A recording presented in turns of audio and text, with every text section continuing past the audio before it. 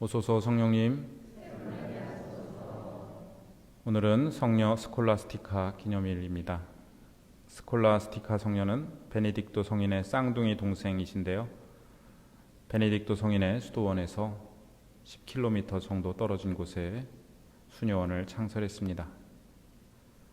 스콜라스티카 성녀와 베네딕토 성인에게는 유명한 일화가 있는데요.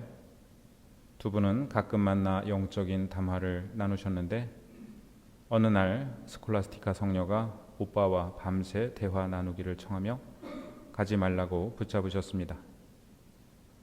베네딕토 성인이 수도원으로 돌아가야 한다고 말씀하시자 스콜라스티카 성녀는 하느님께 간절히 기도하셨는데 갑자기 번개와 천둥이 치며 폭우가 쏟아지기 시작했습니다.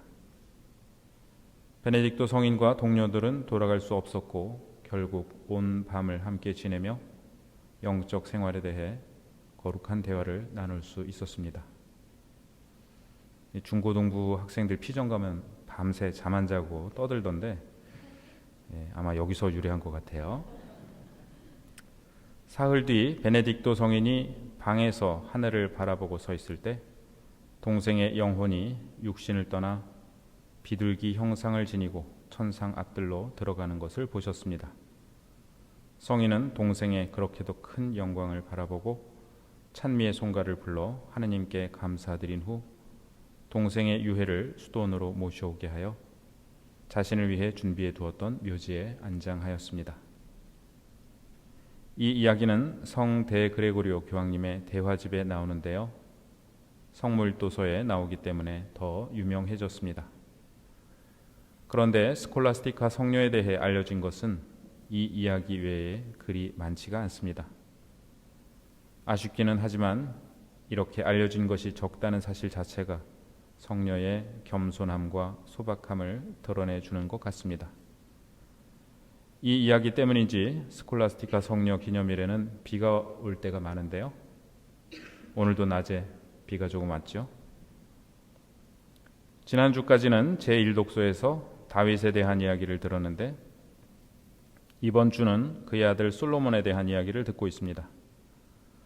솔로몬은 성전을 건축한 뒤 계약궤를 성전에 모시고 기도드립니다. 오늘 독서의 앞부분에서는 하느님께서 성전에 계시다고 고백하는데요. 오늘 독서에서는 어찌 하느님께서 땅 위에 계시겠느냐면서 하늘 위에 하늘도 당신을 모시지 못할 터인데 제가 지은 이 집이야 오죽하겠습니까? 라고 말씀드리며 하느님이 아니라 하느님의 이름이 이 성전에 머무른다고 고백합니다.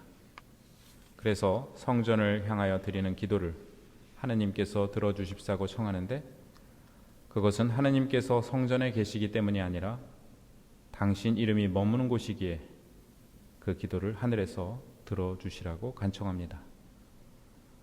이 기도는 무척 중요한데요. 우리는 하느님께서 이 성전 안에 계심을 알고 있습니다. 그러나 하느님은 이 성전 밖에도 계십니다. 우리는 하느님께서 내 안에 계심을 믿고 있습니다. 그러나 하느님은 나를 넘어서도 계십니다. 이것을 하느님의 내재성과 초월성이라고 하는데 하느님은 우리와 가까이 계시면서도 우리를 초월하여 계십니다. 그렇기에 하늘에 계신 우리 아버지이십니다. 하늘은 초월성을, 우리 아버지는 내재성을 드러냅니다. 복음에서 예루살렘에서 온 바리사이들과 율법 학자들이 예수님께 옵니다. 오늘로 치면 서울중앙지검에서 내려왔다고 보아야 할 텐데요.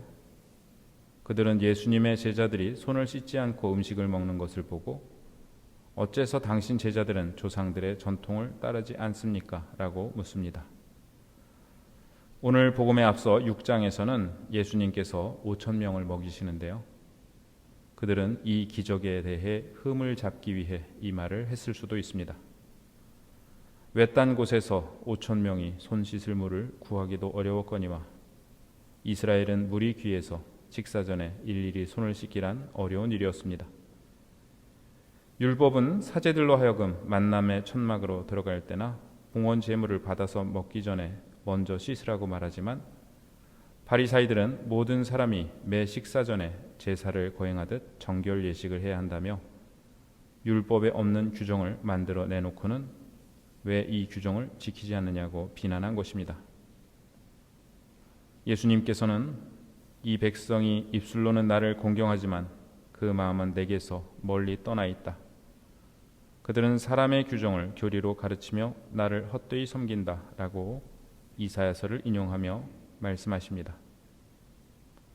뿐만 아니라 너희는 너희의 전통을 고수하려고 하느님의 계명을 잘도 저버린다 라고 말씀하시며 모세의 율법을 인용하여 말씀하십니다.